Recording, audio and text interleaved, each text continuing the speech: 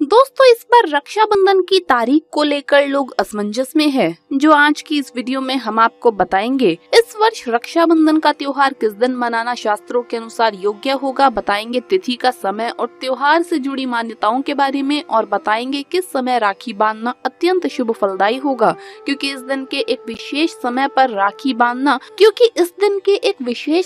राखी बांधना बड़ा अनर्थकारी होता है। इससे आपके रिश्ते में दरार पड़ सकती है, भाई बहन पर भयानक विपदाएं आ सकती है, परिवार में किसी भी प्रकार की कोई घटना या दुर्घटना घटित हो सकती है। ऐसा भाई बहन की तो क्या खुद की रक्षा भी नहीं कर पाता है, वो इससे घोर संकट में फंस सकता है। तो दोस्तों, आज का ये वीडियो बहुत ही महत्वपूर्ण जानकारी देने वाला है। 100% दावा है आप इनमें से कई बातें नहीं जानते होंगे, तो हम बताएंगे राखी बांधने की सही विधि, कौन सी चीजें भाई बहन को भेंट ना दे, और बताएंगे किन लोगों को रक्षाबंधन के दिन राखी बांधने की मनाही होती है। तो विस्तृत जानकारी पाने के लिए वीडियो को आखिर तक जरूर देखिएगा। दोस्तों, हमारा देश ऋतुओं, त्योहारों और उत्सवों का जीता जागता स्वरूप है, और सावन का तो हर दिन नाचता गाता सा अनुभव होता है, हर दिन एक खुशी लेकर आता है। अब रक्षाबंधन का त्योहार आ रहा है। ये त्योहार भाई बहन के पवित्र प्रेम का प्रतीक है। इस दिन बहनें अपने भाइयों की कलाई पर राखी बांधती है।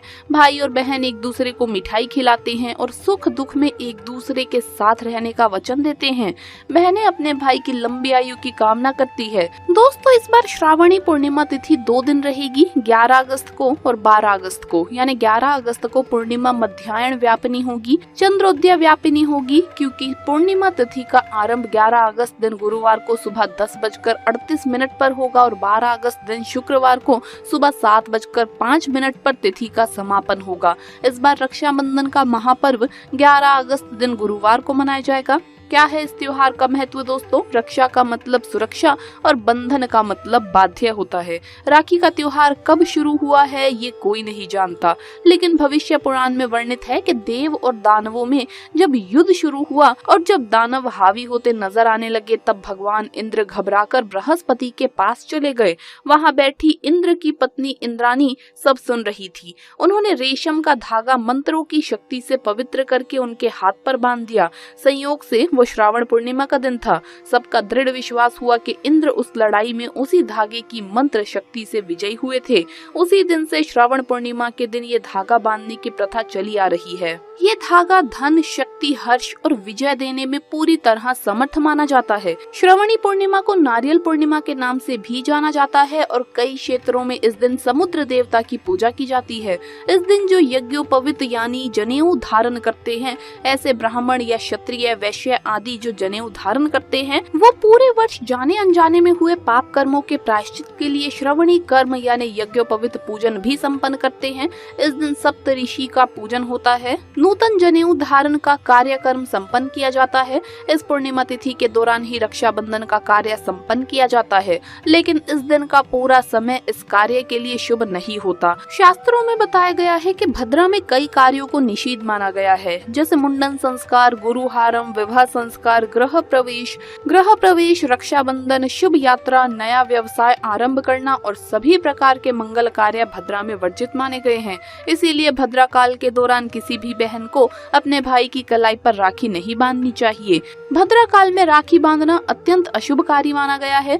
इससे भाई या बहन के जीवन पर कोई संकट आ सकता है, कोई विपत्ति आ सकती है। भद्रा का समय कब होगा हम आपको बताएंगे। सभी बहनें इस समय को नोट करके रखें और इसे ध्यान में रखकर भद्रा के समय में राखी बिल्कुल ना बांधें। दोस्तों, इस बार 11 अगस्त को जैसे ही पूर्णिमा आरंभ होगी, उसी समय से भद्रा काल भी लग जाएगा, जो कि रात 8:52 तक रहेगा। तो गुरुवार की रात इस समय के बाद राखी बांधने का शुभ मुहूर्त आरंभ हो जाएगा, जो कि देर रात तक चलेगा। तो रक्षाबंधन के पूरे दिन आपको राखी नहीं बांधनी है। किसी भी परिस्थिति में, किसी भी कारणवश आपको पूरे दिन में कभी भी राखी नहीं बांधनी है। केवल और केवल रात को 8:52 के बाद ही आप सभी को राखी बांधना है। अन्यथा आपके घर परिवार में कोई भी अनिष्ट ला सकता है। भाई बहन के जीवन में आपत्ति आ सकती है। परिवार में किसी भी प्रकार की कोई घटना या दुर्घटना घटित हो सकती है। इसीलिए आप सभी सावधान रहे, सतर्क रहे। वैसे तो रक्षाबंधन आप पूर्णिमा से लेकर जन्माष्टमी तक मना सकते हैं। इस काल में भद्रा काल को छोड़कर कभी भी राखी बांधी जा सकती है, उसका कोई दोष नहीं लगता। दोस्तों, श्रावण मास का समापन वैसे तो 11 अगस्त को ही हो जाएगा लेकिन आप चाहे तो 12 अगस्त को पूजन पाठ इत्यादि कार्य कर सकते हैं। श्रावण का समापन आप 12 अगस्त को भी कर सकते हैं, क्योंकि उस दिन सुबह 7:05 तक पूर्णिमा तिथि रहेगी। लेकिन सबसे अधिक पूर्णिमा तिथि 11 अगस्त को रहेगी। तो आप यदि स्नान दान की पूर्णिमा मनाना चाहते हैं तो आप 12 अगस्त को भी मना सकते हैं। लेकिन पूर्णिमा के दिन अगर आप व्रत करते हैं तो 11 अगस्त को करें। रक्षाबंधन के दिन भाई बहन अगर व्रत रखते हैं तो वो भी 11 अगस्त को रखें। भाई के लिए भोजन मिष्ठान तैयार करें और फिर देर शाम 8:52 पर भद्रा काल की समाप्ति पर घर में एक चौकी स्थापित करें, यानी एक पाटा ऐसे रखें कि भाई का मुख पूर्व अथवा पश्चिम दिशा की तरफ हो, यानी भाई बहन के मुख पूर्व और पश्चिम की तरफ हो। ध्यान रहे, राखी बांधते समय बहनें सर पर पल्लू ओढ़ लें या दुपट्टा ले लें और भाई का सर भी ढका हुआ होना चाहिए। पुराने जमाने में भाई जब राखी बंधवाते थे तब सर के ऊपर टोपी धारण करते थे। अब टोपी ना हो तो आप सर के ऊपर रुमाल रख सकते हैं। कुछ नहीं हो तो अपना हाथ भी सर के ऊपर रख सकते हैं। लेकिन खुले सर से ना तो राखी बंधवानी चाहिए और ना ही राखी बांधनी चाहिए। राखी बांधने के लिए बहन एक थाली तैयार करें। थाली में राखी के साथ रोली, कुमकुम, हल्दी, पीला चंदन, केसर आदि रखे। चावल रखें। चावल टूटे खंडित बिल्कुल भी नहीं होने चाहिए। एक पानी वाला नारियल रखें। थाली में देसी घी का दीपक रखें। गोल बाती वाला दीपक आपको रखना है। साथ ही कुछ मिष्ठान और जल का लोटा रखें। सबसे पहले भाई के मस्तक पर बहन अंगूठे से तिलक लगाएं। अगर बहन छोटी है और भाई बड़ा है तो अनामिका उंगली से भी अपने भाई को तिलक लगा सकती है।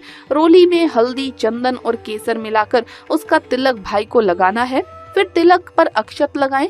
फिर भाई के हाथ में पानी वाला नारियल रखना है। साथ ही कुछ दक्षिणा, सिक्का या रुपए रखें। फिर भाई के सीधे हाथ में राखी बांधे। ध्यान रखें, जो राखी आप बांधते हैं उसमें आपको कम से कम 5 गांठें लगानी है। फिर भाई का मुख मीठा करवाइए।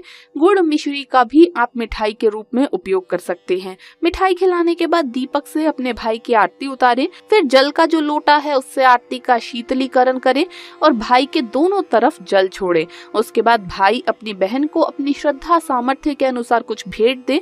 आप नगद राशि दे सकते हैं, वस्त्र आभूषण दे सकते हैं या पढ़ाई लिखाई से जुड़ी चीजें या कोई ऐसी चीज जो बहन के लिए बहुत उपयोगी है वो भी आप भेंट कर सकते हैं।